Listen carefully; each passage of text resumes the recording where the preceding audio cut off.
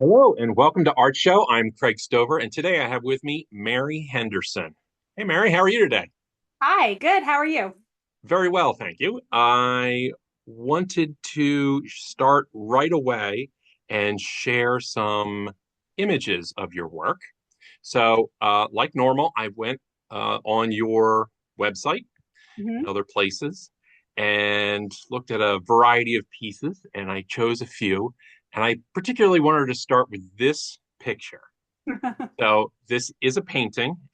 Is this a gouache or is this a This one is it's oil on linen. oil on linen? Okay. Yeah. So the reason I wanted to I chose this picture is because what I really enjoy is the storyline in this picture, right? So there's a lot going on. There's the relationship. There's what she's looking at, and then there's that little um, candy. Uh, what is that? What are their Ring pop. ring pops? Thank you on it. So I'm assuming that there's a story behind this. Can you tell me a little bit about this picture? Yeah. Well, this is part of a new series of paintings that I've been making that are about and of my daughter and her friends. Okay. So my daughter just turned 12. She's in that, very like apex period of tweendom Hmm. right now, and her life really in many ways revolves around this very tight knit group of girls and these very kind of predictable rituals and obsessions that they have. Disgusting candy definitely being one of them. But that, you know, I mean, as befits a tween, right? She's in very much this in between stage of life. And I've been sort of in collaboration with the girls. I mean, they're aware, Hmm. their parents are aware that I'm observing them and potentially making paintings of them. This is just a moment in my house, just like an after school play date. They're in their school uniforms. Um, and it's my This is a rather smaller picture, right? It's like 18 by 24. Okay. It's very Um intimate. yeah, really intimate sort of. um you know, the scale is probably similar to the scale of a head that you would experience if you were in the room. Hmm. So it does feel like you're kind of like right on top of them. Um I love the relationship between the two. So it's there's the arm around the around the couch there in the back. So you want to kind of embrace the figure, but the other hand is saying like, okay, like you're on your own at this point. So I understand this. I had a tween daughter myself, so I totally get it. you Uh, totally get it. Yeah, they're so physical at yes, the age. They cannot keep their hands off of each other. They're right. like these little puppies, and I'm so fascinated by the um the physicality of their relationships, how the way that they mirror each other's gestures. Hmm. Right. Um They're like and sponges at that point. yeah, they're like these little sponges. And then the other thing that really drew me to this was I just love her bruises. Yes, right. That I was really. actually attracted to the nails because I remember seeing that they're cut short and they're painted, but they're kind of chipped or a Yeah, little yeah, right. So it's perfect. I really liked it. yeah. I also so I would love to talk more about this painting, but I've got so many other great pieces I want to ask you about. So I came across this. Is this part of the same series, or is this is a little earlier? It's a little bit earlier. I feel like every series of paintings that I do, there's some little thread from the previous series that's the one that leads me to the next. Mm-hmm. So Mm-hmm. this is a series, I made a series of paintings of um, moments. I live next to a really busy park in Philadelphia, Mm-hmm.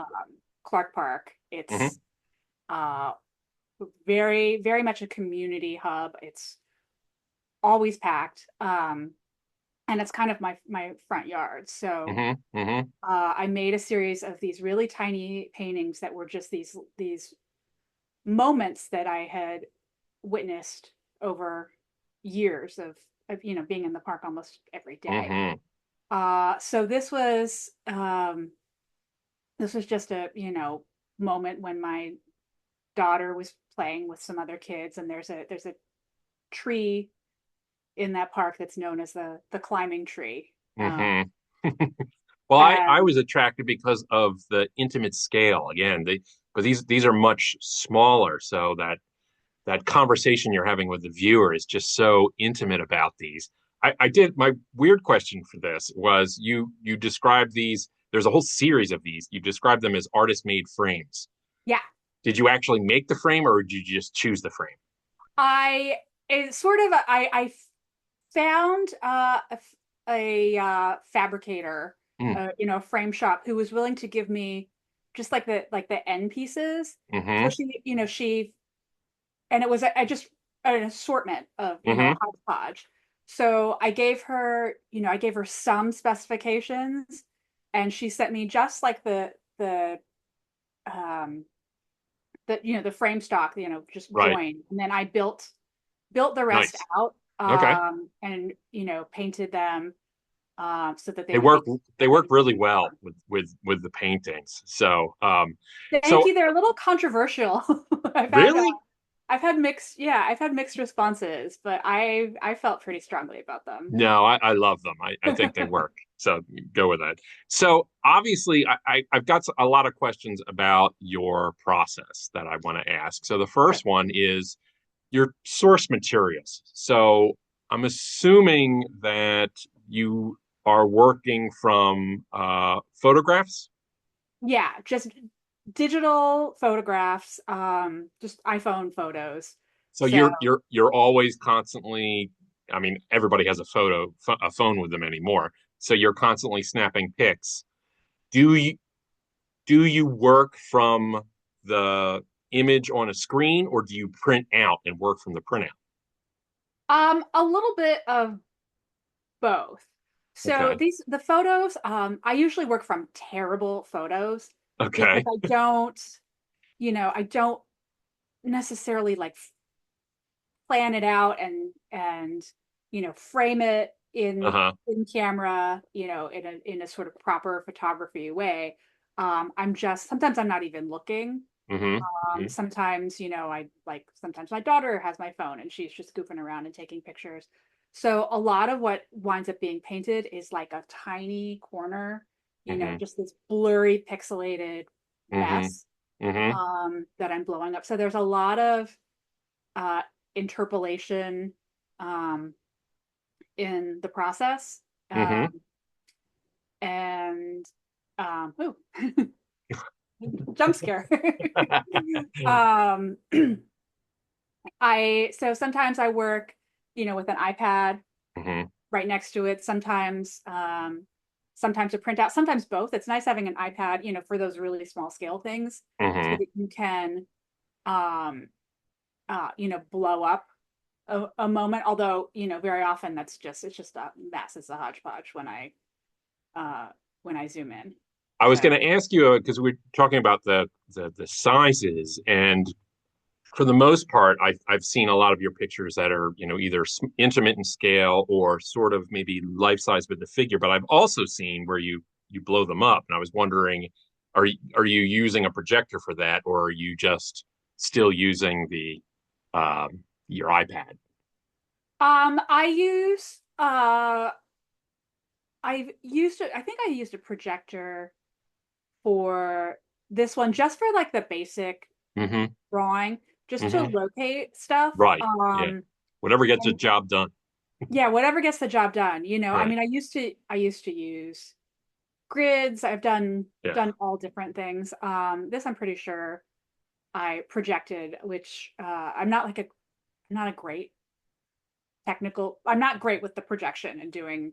Okay. So there tends to be a little bit of distortion, that creeps in that I have to correct. Yeah, that happens. Yeah, I always found that was even worse with grids for some reason. So I like projecting. So one of the real questions that I'm dying to ask you is to talk to you about your color palette because you're Mhm. always really shifting stuff to create atmospheres or qualities of light or certain things like that. And in particular, so I wanted to start talking about color with this one because the first thing that jumps out at me is there is no background. So it's this invented color that seems to permeate them. So I guess my question is when you're in process, do you know ahead of time that you want it to look, you want to use a certain palette colors on it and shift it, or does it happen over time naturally while you're working on it? It's a little bit of both. It's my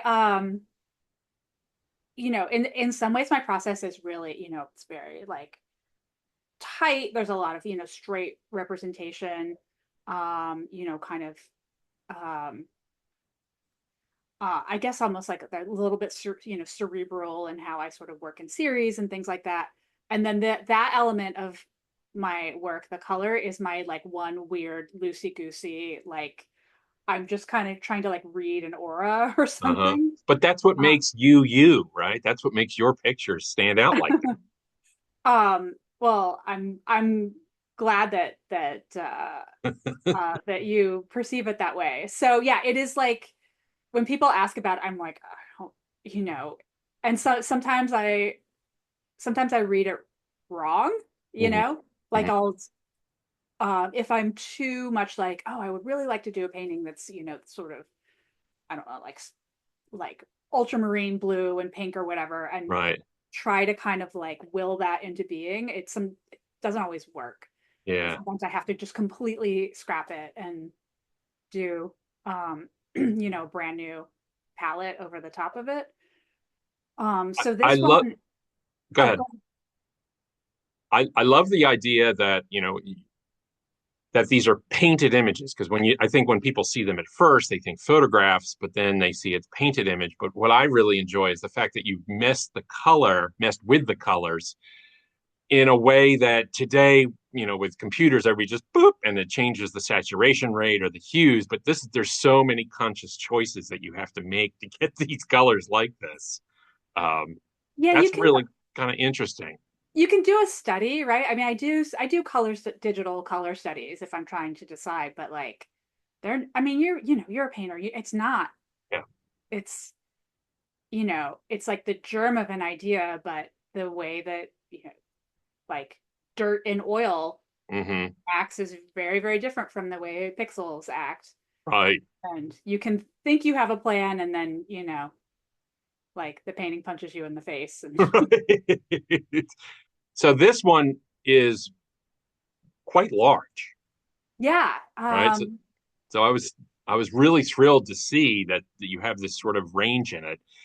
But it also I still I want to talk about color just one more time in your Yeah, sure. process.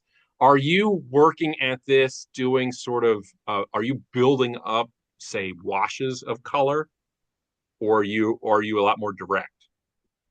Washes, because um I'm like not a good enough painter to be a direct painter. If that like I can't Oh, think. don't sell yourself short. But you know what I mean? There are those painters who were like, They can that like just do it. Right. yeah, that like sergeant virtuosity, right? Where Right. you dip one side in white and one side in gray and you do your string of pearls, boop, boop, boop, boop, boop, boop, boop, boop, Right. Right. and that's like my brain doesn't work that way. I can only think of one thing at a time, or Hmm. I get too Hmm. overwhelmed. So the colors are definitely, there's a lot of building up, Hmm. a lot of shifts. I usually work from like I start from a one color painting, and then it turns into two colors, and then I start kind of incorporating um more. So they're definitely not monochromatic or even like dichromatic there. Right. Yeah. um but I can see that in it. It's I would love to see these in person because I can imagine that the colors are completely different than what's on the screen. They've got to be much more vibrant, I would imagine. I Um, mean, yeah, I mean paintings, you just there's that um there's like a depth that yeah, you get, yeah, and you hope that your paintings are better in person, right? uh-huh, right, Some of them maybe not. right. If they're worse, that's something that we have to have another conversation about. Oh So, my gosh, I have a story about this painting. Okay, go ahead. tell me the story. Tell me the story right away. Okay. So I was doing, these paintings of crowds, and trying, pulling out the backgrounds so that things weren't too legible, so that you couldn't Mhm. place something in a particular space, so that you didn't know where people were. And this painting, I have made paintings, from my own photographs. I've made paintings from found photos. This was a found photo Hmm. painting. I have made paintings where people were recognizable, paintings where, people were composited, so they weren't actually Hmm. real people. But this one was like, this is a found photo. I sort of changed some of the details so that it wasn't like immediately clear, like this is exactly where it happened. Um, and I this painting was in a show in New York, and uh this guy was like, "Oh, those are my friends." And was like, people think that a lot of the time because I find these sort of archetypal scenarios. This is actually, like the source. I was in New York. This was some, Hmm. taking place in California. And I said, probably not. And he was like, no, they absolutely are. He texted his buddy, and who was like, yes. Hmm.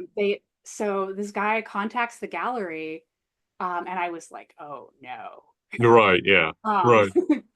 and um, You're using my image. I want a piece of the action. yeah, or that, just like it's Take it. not, I Take it. had Right. selected this because it sort of, reminded me of like just being a dumbass Oh yeah. college kid, Yep. It um, encapsulates that perfectly. just like red Solo Cup land. Yep.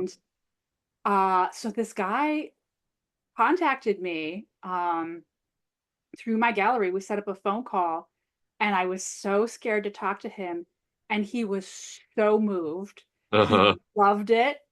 He was like, oh, it brought, I have felt such nostalgia, such joy. It was so moving to me that someone would want to make a painting of this. And so I had been completely terrified. I'd also been, working with found photos for such a long time and just waiting for someone to be like, how dare Hmm. you? And my how dare you moment actually turned out into this really kind of lovely connection and conversation with this man who felt deep That nostalgia for his red Solo Cup face. that is fantastic. You got to write that story down, put it on the back of the picture or Right? something. Yeah. So I wanted to end with this particular painting because I think this encapsulates a lot of what we've been talking about in terms of your processes. I mean, the first thing that struck me was that absence of background, and it really pushes all those people forward. It makes them such a focus of it. Again, on size on this one is a little bit I think bigger. it's like the biggest painting I've ever done. Yeah. I think it's um 5 feet. Okay. You still own this one? I do, yeah. Okay. All right. It's a it's on panel, so it's a pain to store too. So I love that, this is an earlier work of yours, Yeah. right? So you're not, I noticed that with this one, you're not messing with the color as much in terms of creating the atmosphere. The people are the atmosphere itself. So I, Yeah, I mean the color is choreographed, but hmm not it's not, you know, bent yeah, in the same way. So it's, I've adjusted things so everything's kind of in this like blue green neutral palette. But yeah, the skin tones are naturalistic skin tones. And great painting. oh, Um, thank you. so kind of curious, at you when you first started making art, first off, how long have you been making art? I mean, I was one of those kids who was just always drawing. Okay. So you, So at what point did you decide to become an artist? it was kind of a process of elimination, I think.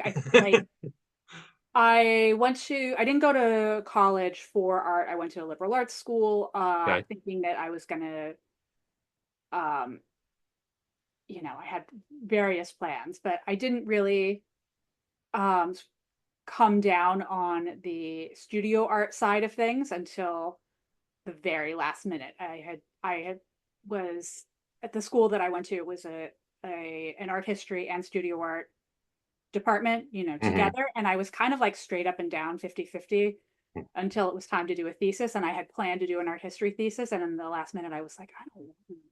So I decided to do paintings Just flip. And then instead. Yeah. did you pursue the art career right out of college? I did a post baccalaureate program Okay. because I hadn't had that many studio classes. Hmm. So to kind of get caught up, like fill in the FA part of my BA, and then worked for a couple of years, and then went to grad school and have been Okay. Was there attempting to was make a life out of this ever since. was there anybody in particular who you credit with teaching you some of the processes that you have, or are you the sort of a I learned it gradually on my own over years?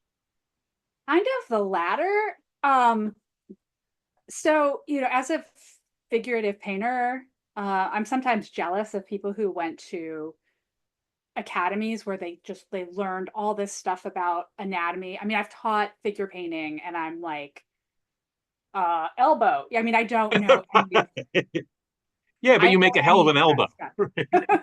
stuff. So it's all I for undergrad I was very much taught in this kind of like very direct painting, very like Manet Hmm. um inspired, which I was not. I, Hmm. I alluded earlier to that. I'm not smart enough as a painter to work that way. And then, you know, beyond there, I was in environments that really were not super Hmm. representational or figuratively oriented. Hmm. Um, so I did, and in grad school, they don't really teach you like technique at all. Hmm. So I just kind of for better or worse, kind of taught myself Hmm. um, how to be the kind of painter that I want to be. And I think too that um, I don't know if you have experienced this. It's like you only have so much brain power that you can devote to painting. Right. Um, and I think you sort of have to forget some stuff to learn Oh other yeah. stuff, Oh yeah. I'm a big So, believer in beginner's luck. Not knowing what you're doing and just sort of fumbling into it is a great way to work. But to actually do a counterpoint, you might not have been the type of person who, or your experiences, weren't the grad school experiences where you're teaching, learning everything. But that's what makes, I think, your work so good is because your marks are your own. You've invented them rather than being taught um, I love that, and I hope that that's true. I mean, I'm very happy with my grad school experience, except when I see a totally virtuoso them. figure painter. I'm like, oh, Yeah, but they already did that. You got to do yeah, this. I mean, So yeah. let me ask you this: Do you when let's talk a little bit about the support behind your work in terms of your storylines and what you do. Do you consider your works to be autobiographical at all? Yes. Okay. I think indirectly, but they Okay. always tie to some phase of life. Sometimes more kind of thinking about the world outside. But I would say more often than not, they're related to my direct experience. Those little paintings of the park were Hmm. absolutely post post Okay. pandemic Yeah. paintings. They You were don't like, have to even think about it. It's automatically connected to you in your life anyways. yeah, yeah, because Um, it was about like that longing yeah. to be in to be among people. Um, When you're in your studio and you're going to make something brand new mhm. and you're you, a plus of working in series is you're already handing yourself an idea. But if you're going to start a new series or start something new, is there anything that you use as a fallback to inspire your creativity? Um, Like what sparks it? Can it be anything like, oh, I found something and that leads to something huge, or are you actively seeking out things that inspire you? I think interestingly, the way that I know that I'm done with a series of paintings is that I Mhm. start there's something I mentioned earlier there there's some thread there is that I Mhm. start thinking about like, oh, I wish I were just doing this. I'm Okay. tired of all these other things. I wish I were just, kind of, I mean, I guess that's sort of what I described with like becoming a painter as Mhm. well. Just that like, I don't want to do that. I want to do this instead. And Right. so Almost like a it's racing thought kind of a thing, and you just yeah, follow yeah, those yeah. threads. Yeah. Just like this sounds bad. That sounds Right. fun. So I've got a question I want to ask you that sometimes trips up artists. Do you think of the viewer at all when you're making work? Mhm. You do? They're forefront in your mind? Yeah, for sure. I mean, I think that if were not thinking like, I don't know what I would be making if I weren't thinking about someone on the other end. I think it would be so just like in my own head that it would not be Uh-huh. comprehensible or meaningful to anybody. So I think like imagining someone on the other end, um, I think it protects me from some of my worst impulses. Hmm. Um, I I get you. yeah. Uh, So would you describe your work as either proactive or reactive?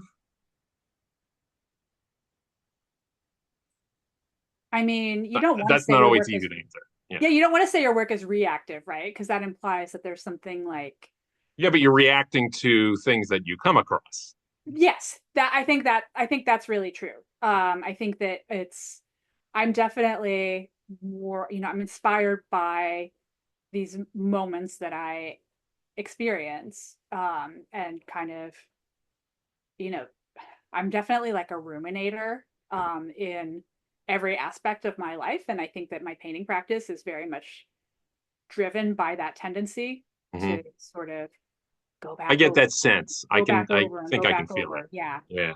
Um, Well, I've got time for just one more question. okay. All right. Flies by. This does fly by. I know when you're having fun.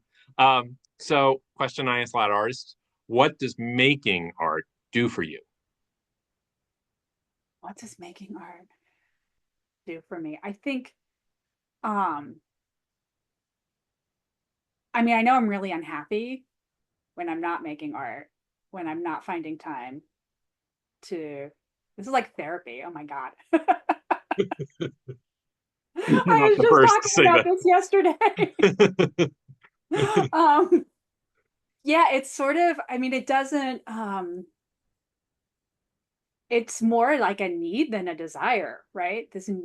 Um, so in the same way that it's not particularly, uh, you know, pleasurable necessarily every time you eat a meal or whatever. Sometimes it's just fuel. I mean, it's just the Right. yeah. I think it's or like it almost serves the same process that dreaming serves, right? That it kind of sifts through what your brain is processing in the background and kind of helps you make sense of where your head is and helps you make narratives out of your life.